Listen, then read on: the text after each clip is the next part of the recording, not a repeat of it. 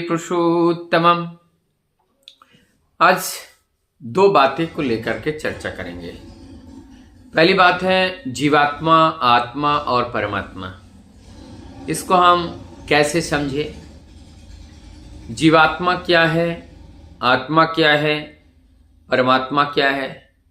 साधारणतः हम लोग ये सोचते हैं कि जो जीव हैं इनमें जीवात्मा है और इससे ऊपर आत्मा है और इससे ऊपर परमात्मा है।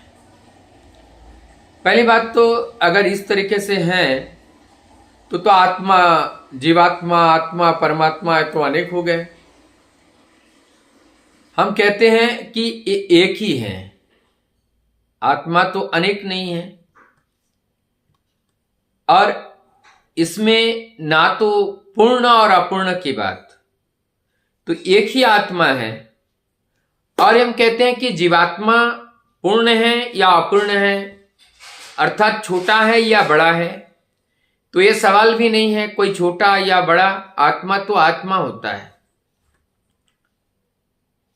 आत्मा जो वेदों में बताया गया है कि पूर्ण से पूर्ण जब घटाते हैं पूर्ण ही बचता है, तो ये पूर्ण है, आत्मा अनंत है। अगर हम इसे कहते हैं कि आत्मा फाइनाइट है, तब तो आत्मा लिमिटेड है, लेकिन आत्मा तो लिमिटेड नहीं है, वो अनंत है, असीम है। तो अनंत का जब अनंत को हम डिवाइड करते हैं वो भी अनंत होते हैं। अनंत को हम जो भी करें वो अनंत ही होता है। अनंत का रिजल्टेंट अनंत ही होगा, अनंत के अलावा और कुछ नहीं होगा। तो इसका मतलब जो आत्मा है वो एक है और वो आत्मा कहीं चल के नहीं जाते हैं, वो ऑमनीपोटेंट है, एवरीवेयर प्रेजेंट। तो इसलिए वो अगम्य है, अजन्मा है, उसका जन्म नहीं होता है, ना मृत्यु होता है।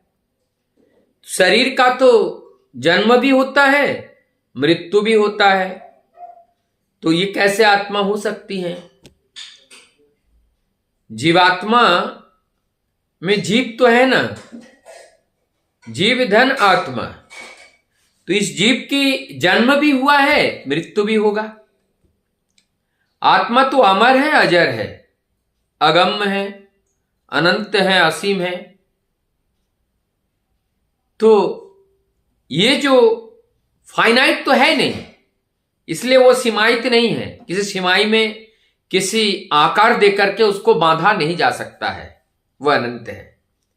तो आत्मा ये क्लियर हो गया कि सर्वत्र ही वो विराजमान है, उनके अस्तित्व सब में है।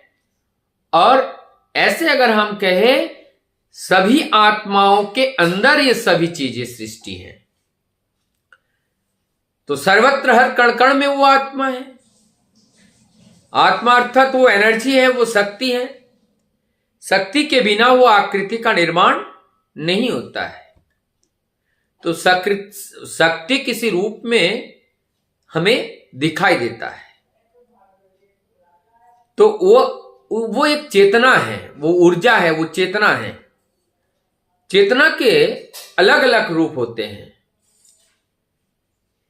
और इसीलिए जैसे हमने देखा सोना है, गोल्ड है, गोल्ड के अनंत आभूषण बनाते हैं, लेकिन है तो वो गोल्ड ना। चाहे वो कोई भी आभूषण हो या कोई भी अस्त्र हो, हथियार हो, लेकिन बना वो गोल्ड से है।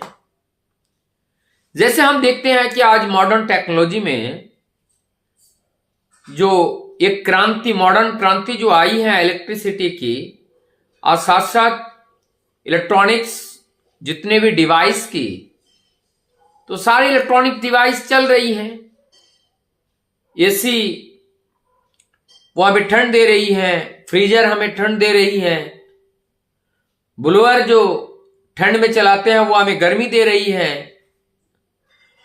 पानी गर्म भी मिल रहा है, ठंडा चाहे ठंडा मिल रहा है, तो हम जो चाह रहे हैं वो हमें मिल रहा है, लेकिन इसके बीच में माध्यम में कौन है?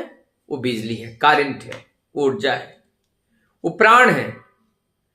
तो प्राण को हटा करके ना हमें ठंड मिलेगी, ना हमें गर्मी मिलेगी, कुछ नहीं मिलेगी। तो जितनी भी सृष्टि है, सृष्टि के अंदर जो मूल तत्व है वो तत्व ही आत्मा है, और वही चेतन है, वही ऊर्जा है, वही सब कुछ है। अगर वो चेतनता नहीं है तो कुछ अस्तित्व में नहीं आएगा। क्या विडंबना है? वो दृष्टा पुरुष है, वो देखता है, वो कुछ करता नहीं है, न करने के लिए कहता है। वो दृष्टा है, वो देखता है। करना हमें स्वयं को है। क्यों? क्योंकि हमारे अंदर बुद्धि दिए हैं, विवेक दिए हैं, शरीर दिए हैं, अब हमें करना है। उन्होंने हमें सब कुछ दिया, कोई भी चीज हमें कम नहीं रखा है। तो करने का जो दायित्व है वो हमारे ऊपर है, हमें करना पड़ेगा। अब वो दृष्टा बन के वो सब देख रहे हैं। जो मैं कर रहा हूं वो हमारी दृष्टा है, जो बोल रहे हैं वो दृष्टा है, जो कुछ भी है वो दृष्टा है। क्योंकि दृष्टा के बिना ना हम बोल सकते हैं, ना हम देख सकते हैं, ना हम सुन सकते हैं। दृष्टा ही हमारे पीछे हैं, तभी हम बोल रहे हैं, तभी हम सुन रहे हैं, तभी हम खा रहे हैं, तभी हम चल रहे हैं। जब एवरी एक्टिविटीज के पीछे हमारा दृष्टा है, अर्थात स्वयं वो मालिक है, जब ये हैं, तो हम कैसे कहे कि हमें वो भगवान की दर्शन नहीं हो रही है, भगवान है या नहीं है, उनको सीमायित नहीं किया जा सकता है। वो एवरीवेयर प्रेजेंट है, और कहीं पे दृश्य रूप में और कहीं अदृश्य रूप में। दृश्य रूप क्या है? दृश्य रूप वो शरीर के रूप में है, और उसके अंदर अदृश्य रूप में वो शरीर चल रहा है। तो जैसे वो बाहर है वैसे वो अंदर है। तो जैसे ही ये दीवार टूट जाती है वैसे एकाकार हो जाता है। घड़ा है, घड़े में खाली घड़ा रख दिया, उस घड़े में भी वायु है, घड़े के बाहर भी वायु है। तो हम कहते हैं घड़े का वायु, बाहर का वायु। जब घड़ा का दीवार रूपी घड़ा जब टूट जाता है, दोनों वायु एकाकार हो जाते हैं और सब में वो विद्यमानता दिखाई देता है। ठीक इसी प्रकार से ये घड़ा रूपी जो देह है, देह के अंदर भी वो जो है, देह के बाहर भी वही है, और वही विद्यमानता, वही आत्मा, वही अस्तित्व, वही चेतना है। और ये देह के रूप में जड़ वस्तु है, इसमें वो प्रकाशित हो रहा है, और जो निराकार में है वो दिखाई नहीं दे रहा है। इसका मतलब वहां है नहीं, ऐसा नहीं, वहां पे भी उनके अस्तित्व है, उनकी विद्यमानता है, लेकिन वो साकार में नहीं है, वो निराकार में है। यही इसलिए ठाकुर जी भी बोले हैं, स्पिरिट और मैटर ये साथ साथ चलती रहती हैं। स्पिरिट, बिना स्पिरिट के मैटर की कोई अस्तित्व नहीं, ना मैटर के बिना स्पिरिट और स्पिरिट के बिना मैटर, दोनों साथ साथ चलते हैं। एक के बिना दूसरे का कोई अस्तित्व नहीं है। जैसे भक्त और भगवान, भक्त के बिना भगवान का महत्व नहीं है, और भगवान के बिना भक्त का महत्व नहीं है। तो जैसे भक्त भगवान की जैसे महिमा है, ठीक इसी प्रकार से ये भक्त भगवान की महिमा जैसे हैं, ठीक इसी प्रकार से मैटर एंड स्पिरिट का भी वही महिमा है।